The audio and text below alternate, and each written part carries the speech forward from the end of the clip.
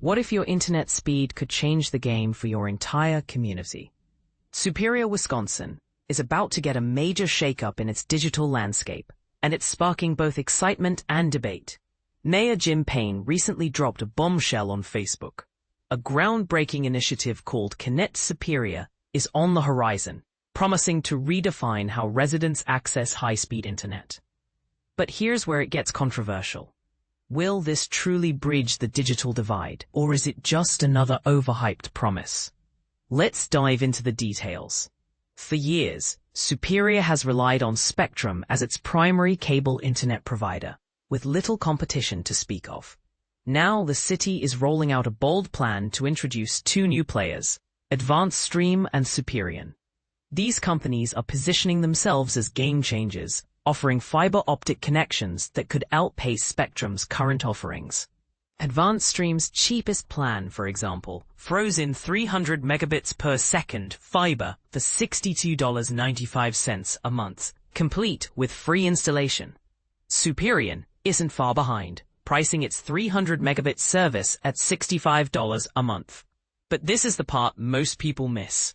While the numbers look enticing on paper, the real test will be how reliably these services perform in everyday use. The rollout strategy is as methodical as it is ambitious.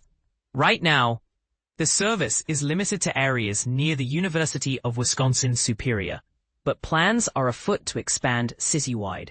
The next neighborhood in line?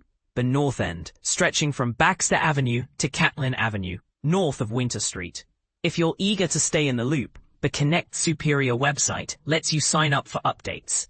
Still, some residents are scratching their heads. When exactly will their block see the magic of fiber? That's the elephant in the room. Early adopters are already raving. It's faster than I'd ever seen, and the price is unbeatable, one user wrote. Others are skeptical, pointing out that wireless 5G providers have already carved out a niche in the market. The question remains, can these new fiber options truly compete, or will they struggle to match the convenience of existing services? And this is the part most people miss. The real battle might not be between providers, but between expectations and reality. Here's a thought to chew on. If you're a Superior resident, would you switch to a new provider just because it's cheaper?